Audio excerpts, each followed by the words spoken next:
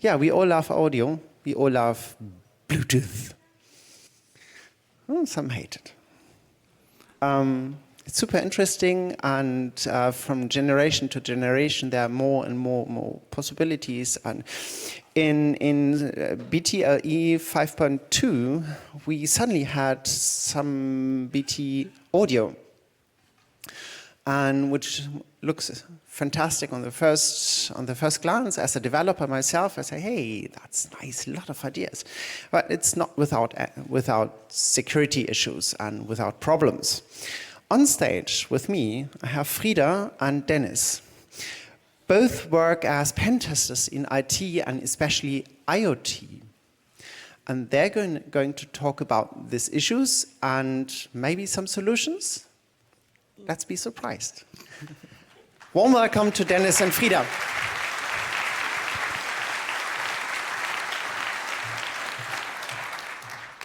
Thank you. Hi. Yes, I'm Frida. This is Dennis. As said, we work as pen testers, and we also do some security research. And as part of that, we looked at Bluetooth Auracast over the last couple of months. And we want to tell you a little bit about it. This talk is a bit an attempt at giving the talk we would have liked to hear when we started looking into it.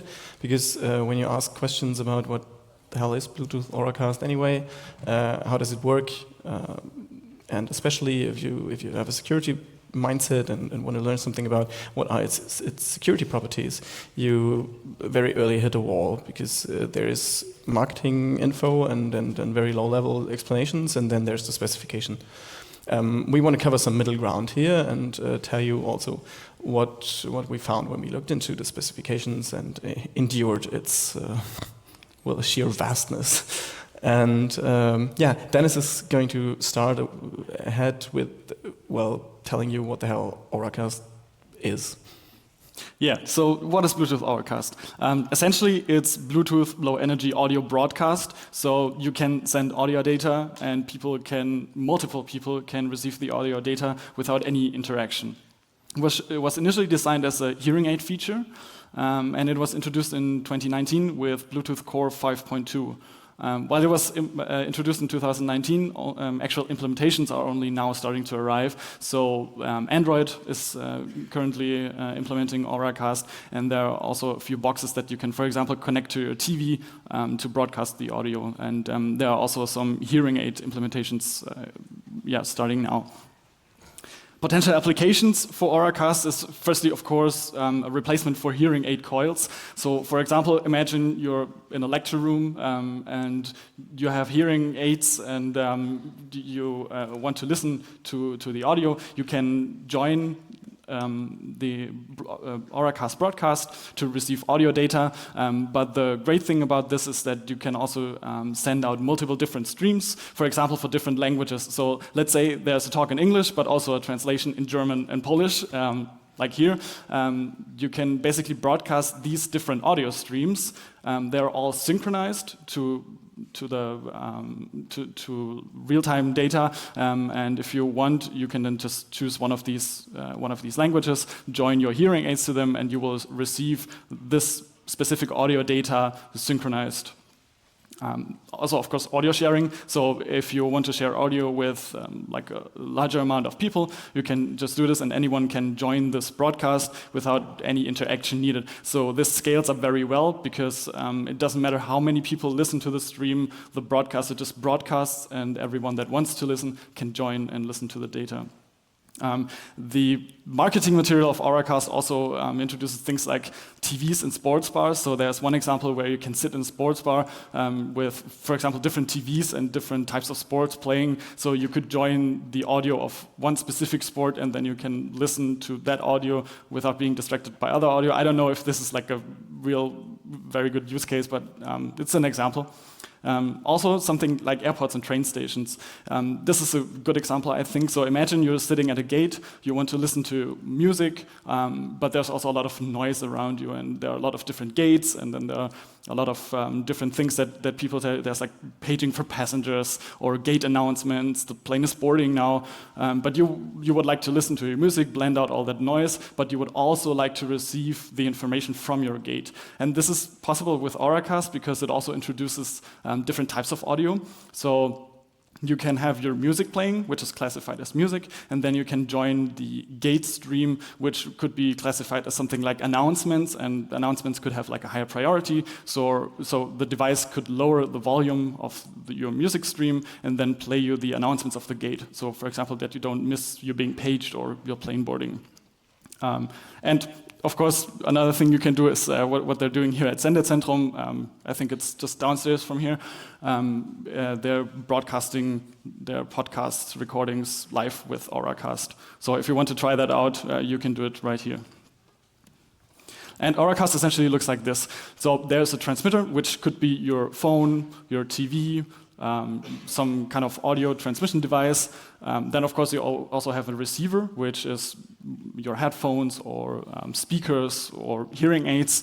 But the problem is that these devices usually don't have a lot of advanced control, so they usually don't have touchscreens or any more complex input types. So there's a third actor that is introduced with Auracast, and that's called the Auracast Assistant. These are usually a smartphone, smartwatch, and they can enumerate, identify Auracasts, and then instruct the receiver to connect to this transmitter. And these are like the three main actors of Bluetooth Auracast. The specification 5.2 introduces quite a lot of new stuff. There's really a lot of Bluetooth profiles and whatever, but there are essentially three important things for this talk today. There are the isochronous channels. Isochronous channels is basically a new physical transport for Bluetooth, but in the end it basically works the same as traditional Bluetooth low energy. It's just to distinguish between normal connections and these isochronous connections. And there you have broadcast isochronous streams, which is Auracast, basically, what I was talking about. And then you have connected isochronous streams, which is basically LE audio, just as you know Bluetooth audio, just with like a lot of improvements. So the quality will be better. You will finally be able to listen to high quality audio while speaking into your microphones. So it also works bidirectional in some ways. Auracast, or the specification, also introduces a new audio codec, which is, we didn't really look into that, but it's supposed to be very efficient and very good. And then there's periodic advertisements. A transmitter can look like this. I think this is also the model that they're using downstairs at Sendezentrum. The transmitter can send different streams. So here in this case, the transmitter is sending 2 different streams, and these streams, or groups in this case, consists of individual streams. So for example, the first group could send music, stereo music, so you have a left and right audio channel, and these channels are transmitted separately. We will see why later. You can also have subgroups. So for example, you can have a group that transmits something like here in this room, synchronized, but for different languages. So you would have a subgroup for Spanish with left and right channels, and a subgroup for English with left and right channels. Now, on a real device, it looks something like this. So Samsung is one of the vendors that have already implemented Auracast in production releases. That's a Samsung Galaxy S23, together with the Galaxy Buds 2 Pro. And if you want to connect to an Auracast stream with these, you have to enter the settings here, and then tap on Listen to Auracast Broadcast, and then it will just list all the Auracast broadcasts that it can find with Bluetooth low energy advertisements. So what's happening under the hood is basically this. It's listening to Bluetooth LE advertisements, and if it finds advertisements that have a broadcast name and synchronization information, then it basically knows that this is an Auracast stream. And if it wants to know more about this stream, then it can look into the synchronization information, the sync info here, and synchronize to periodic advertisements. These periodic advertisements are a new thing that was introduced by the 5.2 specification. They are basically similar to normal advertisements, just that they occur at the specific fixed interval, and they are periodic. So what you can do as a sender or as a receiver is send or receive at that specific point in time, and then turn off the transmitter or receiver, which saves a lot of power. So this is just a very efficient way to periodically, at the fixed interval, supply data. And these periodic advertisements contain what is called a big info. Essentially, these are all the important metadata that you need to connect to a stream and to synchronize to a stream. So it's a lot of timing information and spacing information and whatever.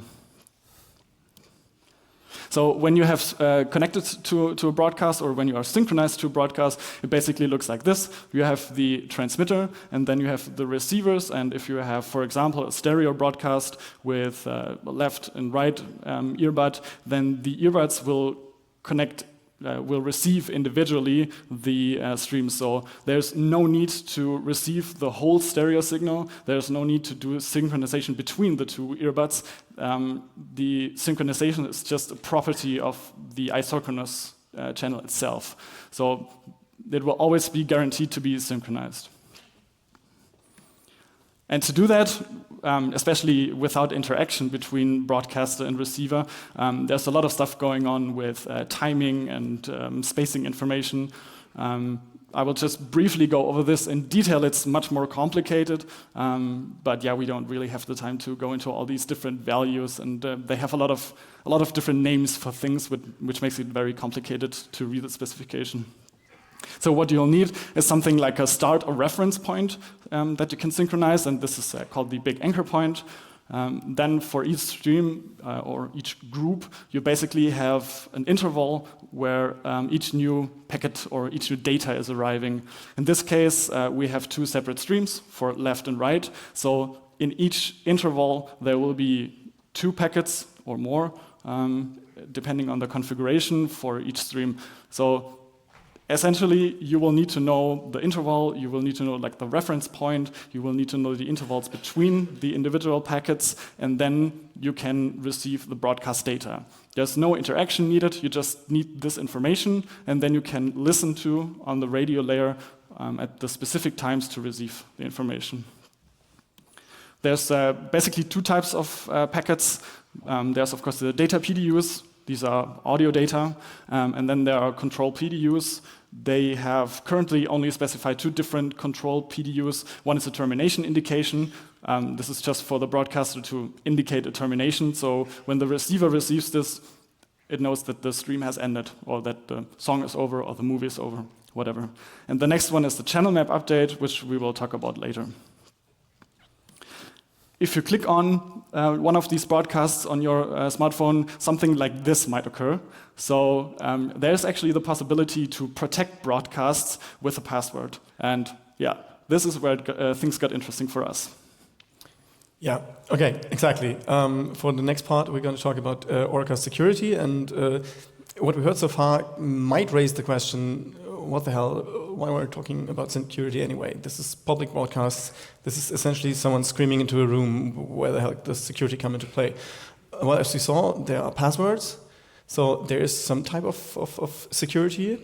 And but aside from that, we found, or we thought that broadcasts do have some types of some concerns that are security relevant in any case, even if they are public. But we mostly identified 3 subjects that we thought might be relevant in the context of Auracast broadcasts. And the first one is basically kind of related to this password we saw. It's about privacy, because broadcasts are on a radio layer broadcasts we send to everyone, but we might want to specify a certain group of people who are allowed to listen in. This type of feature exists in Auracast. And so for that reason, we say privacy, confidentiality is a concern. And we want to look at how well that is provided by the specification. So a second property of the broadcast we might be concerned about is authenticity, because even for public broadcasts, even if they are not encrypted, we want to be sure that data that is being transmitted is the data, is the audio that has been sent by the legitimate transmitter. We don't want anybody to come along and just inject their own bad music into Sender Syndrome's fine transmissions, right? And this whole subject we call authenticity, so content should not be spoofable. And availability is, of course, always a concern. That is, especially for radio protocols, always a bit of a difficult matter because, yeah, everything you send over the air you can potentially disrupt. But we looked at it more on the higher levels of the protocol and thought about specific Auracast-related matters that might be related to the potential disruption by someone who wants to end your stream. So if we now look at the Auracast, like the Bluetooth specification, and specifically the subset that makes Auracast, we had the question, what security features does it have? Like, what are there? What things are there that might provide us with protection against the kind of things we discussed? I just presented, and well, there is encrypted broadcasts, and yeah, that's it basically. That's the one security feature we have. So we will look at what that gives us. If we want to learn a little bit about what encrypted broadcasts are, we might look at the website of the Bluetooth Special Interest Group. They have a FAQ on Auracast, and it says there are broadcast codes that somehow enable secure conversations and make them private in a way. That sounds interesting in a way, but what we learned from that is there are broadcast codes. So that's probably the password we saw earlier. But if we want to learn a little bit more about what broadcast codes are, we can look at more material by the Bluetooth SIG. There's examples, there's marketing material. This is from an Auracast overview slide deck. We see there's a passcode, somewhat of a password, not a very good one, but it's a password. Then we find another example. This is already from a technical document. This is guidance for implementers of Auracast. We find another example. It's Pinot Noir. That's also not a very good password, but they seem to be just regular passphrases, right? It's not some type of encryption key or something. It seems to be like printable, pronounceable passwords. If we look into the actual specification, we also find an example there. That's Danish, but it's still a password. Or it might actually be a Danish-English mixture. Any case. It also says a little bit about how long and broadcast code should be and how long they can be at a maximum. But it's mostly what we get. There's not a lot more about what broadcast code should look like. But we know they are there, and we can use them to encrypt. Well, how does encrypting work? The encryption in Bluetooth is that goes for all of Bluetooth Low Energy is done by using the CCM mode, mode of operation for AES. So we do AES CCM to encrypt our data. AES CCM is a mode of operation that is a composition of CBC MAC and the AES counter mode. This means we apply a CBC MAC to the plaintext we want to send, and then we encrypt all of that together with AES CTR.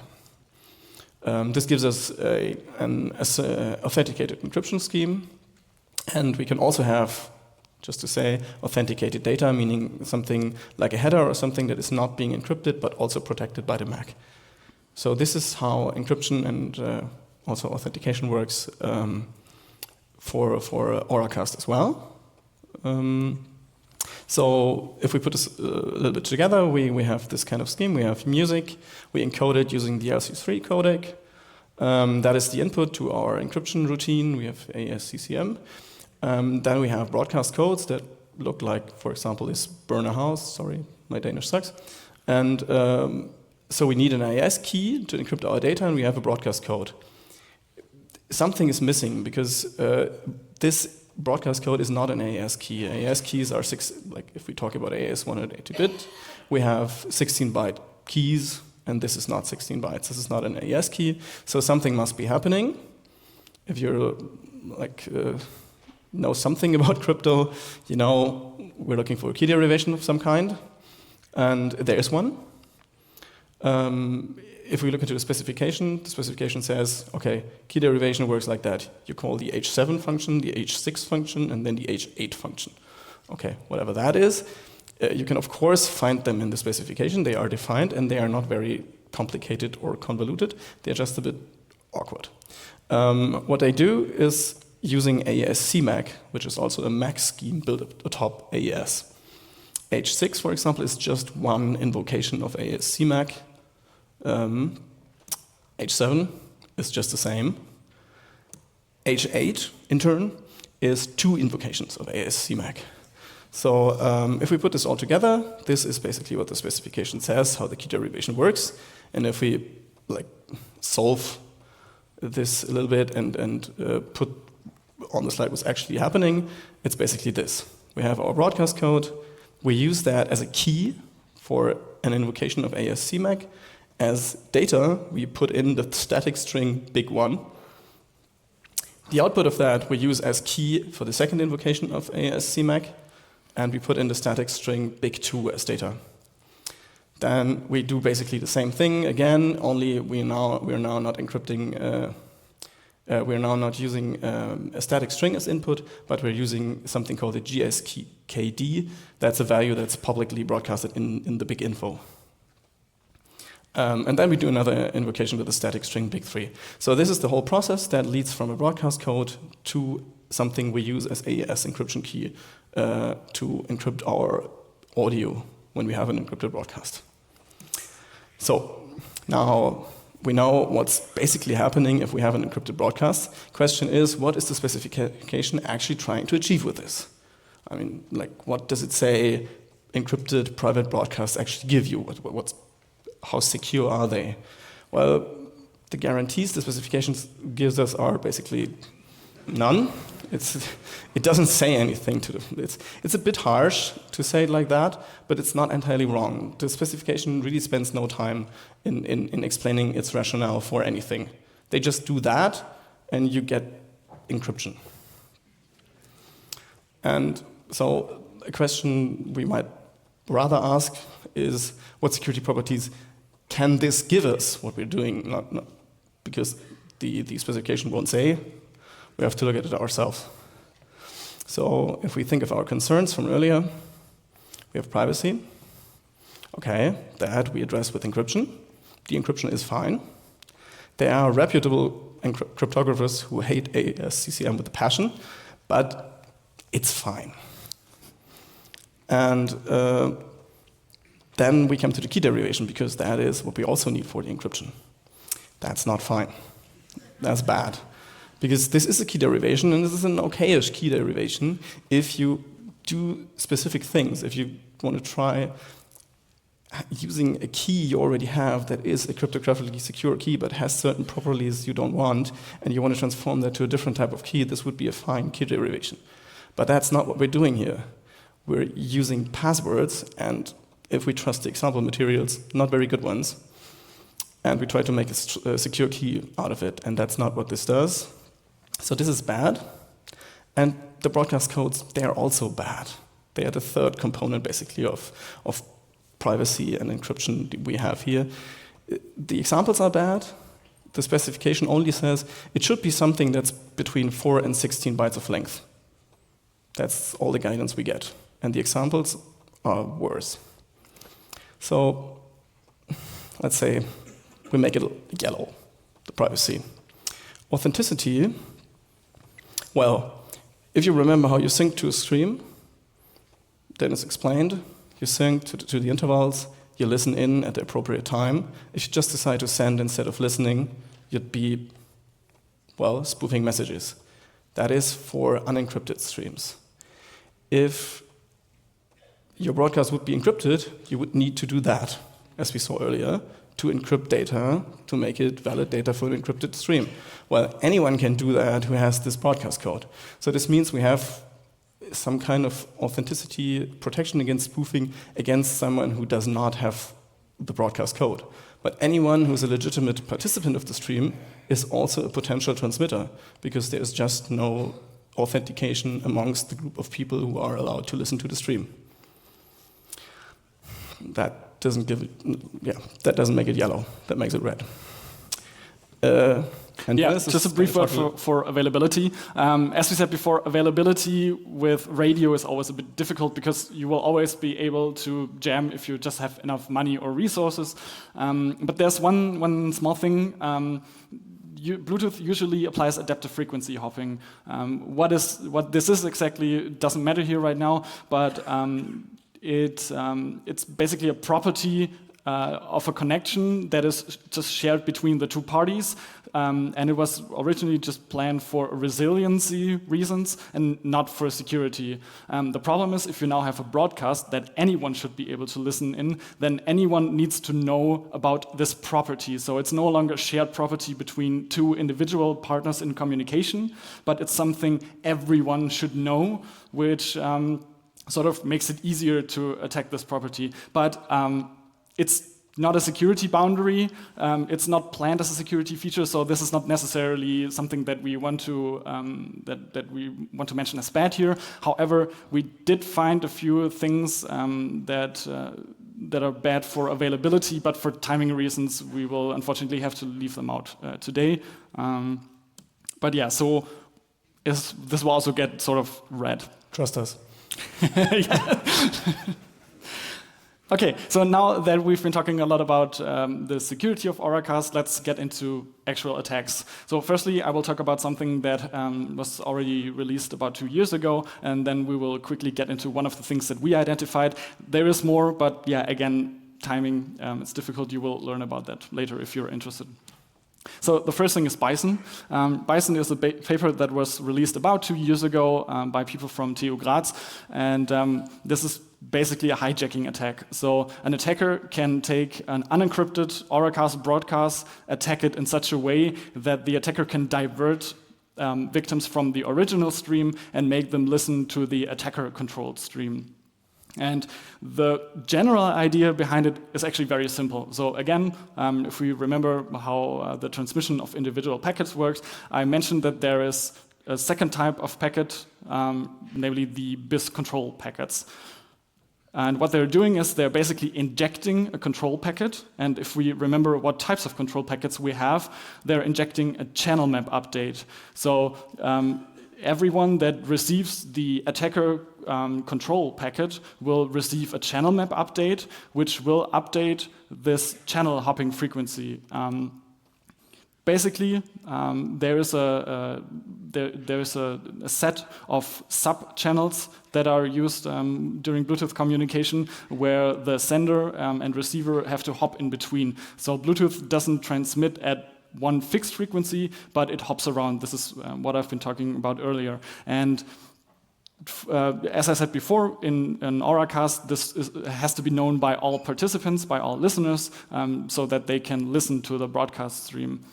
However, with this channel map update PDU, what the attacker can do is actually change this hopping frequency. So the attacker can set a different hopping sequence than the original one. The packets will be transmitted at the same time, but at a different location in the frequency domain. So the listeners will not realize what's happening, what's going on. The controller will just change the frequencies it will listen to, and it will receive packets at the same time, but at a different location, and will thus receive packets from the attacker instead of the actual benign stream. And there's also a second thing you can do. There's a second control PDU that you can inject, and that's the termination indication, and that's one of the availability issues because, yeah, the attacker can just inject a termination and the stream will end and the receivers will think that the stream is over and they will just disconnect and stop listening. These attacks in detail are a bit more complex than this, but this is the general idea. However, these attacks were developed against unencrypted broadcasts, so we were thinking about how we could maybe use these or implement these for encrypted broadcasts. Yeah, so the original authors also speculated whether this could work against encrypted broadcasts as well, and we shared that assumption. But also we thought, but only under the assumption that you have the broadcast code. If you can listen in and participate in the stream, you can probably also do these attacks on encrypted broadcasts. But what do you do if you encounter a broadcast and you do not have the broadcast code? How would you go about that? And we thought, well, it's encrypted with a bad passphrase. We should try to crack that. And this means we started working on a little tool that could basically take an encrypted data PDU, try to crack it, find the legitimate password, and then later on we could perform additional attacks or even just decrypt recorded data of a stream. So we wrote a little tool that essentially takes in an encrypted PDU, a big info because that has all the metadata we need, and a little bit of additional information, and then tries to crack. It supports different modes. It supports cracking with the word list. It also supports generation of potential broadcast code candidates on the fly, like iterating over a numeric range or something. And this is what it looks like. It's called BizCrack. You just tell it which mode to use. In this case, we're enumerating a numeric range of potential broadcast codes. We supply it with a PDU that we have been capturing, with a big info that we also captured. We tell it which packet counter belongs to the PDU. And then we also tell it how many threads to use, and we let it work. It completes very quickly in this case, because it cracked the code after about, I don't know, it's half a second in this case. And as you see now, the highlighted broadcast code is A1, A0. This is actually the ASCII representation. This is not like the bytes. This is what it looks like if you see it on your phone screen. This is what you would be entering with your keyboard if you want to join the stream. So this is kind of, well, it's a bad broadcast code. Also, the cracking was very fast. Why was it fast? I told you all about this key derivation. It's bad. And if we look at it with a little bit more detail, we can see that, or you maybe need to know that AES CMAX requires you to do 2 AES block encryptions per, one AES block encryption per 16 bytes of input data and one additional one. You always have one additional one. So in this case, we have very short inputs. We always have one block of input data, and then we need to do an additional one. So if we count a little bit, we'll end up with 8 IAS block encryptions we need to do to get from broadcast code to an encryption key. That's a process that you can do on a modern processor very fast because we have hardware support for AES. So this makes the cracking very efficient. This enables us to try out a lot of different broadcast code in a very short amount of time. Also, the specification specifies very weak broadcast codes, as we said, and unfortunately, this manifests in reality because vendors trust the spec and implement it that way. So one implementation we found in the wild was this. This is basically the generation of a default broadcast code used by an actual device. And it has a bug. Some of you already spotted. But even with this bug, it's not in violation of the spec. Because what it does, it tries to generate 4 random characters. It succeeds at that, but the entropy of those 4 characters is only just 2 bytes because we only ever get hex characters by doing that. And this leaves us with a very small range to enumerate if we want to crack passcodes like that. And this is still not in violation because the spec doesn't say anything about use 4 random bytes. It says 4 characters. This is fine, this is 4 characters. Also, we would have liked to talk about this a little bit more, but sorry, I forgot to mention. The code I cracked earlier was one of those. It was an actual PDU by this device. So we can crack any message that's been encrypted, any broadcast that's been encrypted, these types of codes in under a second. The vendor unfortunately got back to us just 2 days ago and was like, could you please not talk about about us?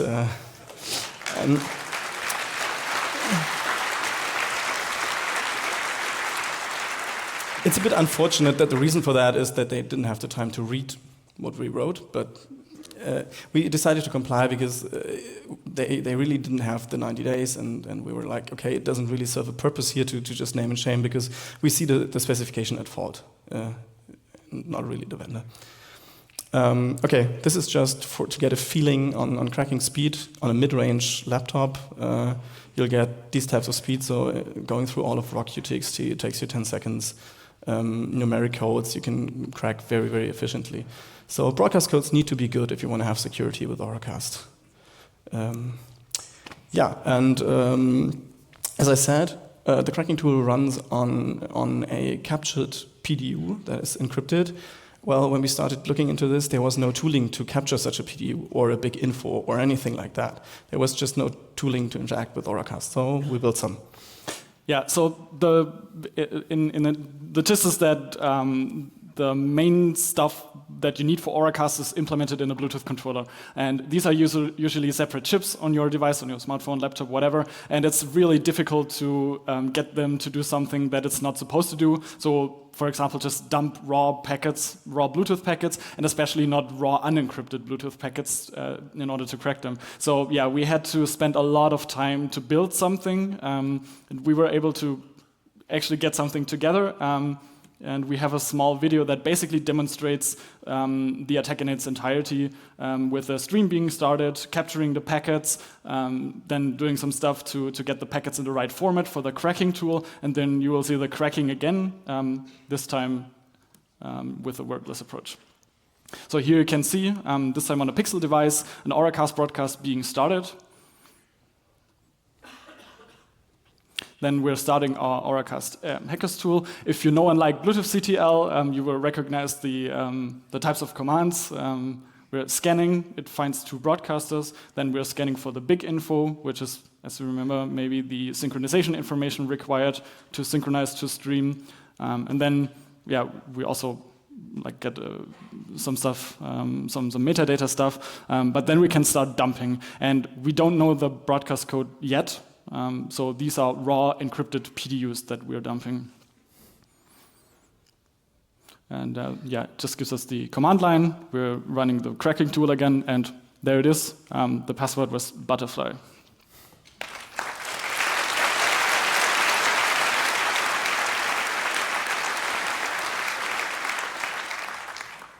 Just a few words to the implementation. So we did this using NRF, Nordic's NRF development boards, lately with the USB dongle, because it's just very useful. It's very small, and it's actually very powerful, such a small device. And we're also using Zephyr, which is a real-time operating system, which really has real well support for the NRF dongles, and it has a lot of Bluetooth applications. But the big main selling point for Zephyr is that it has an open source Bluetooth link layer implementation. So it implements actually all the Bluetooth controller stuff that you will usually not be able to see, because it's all closed source.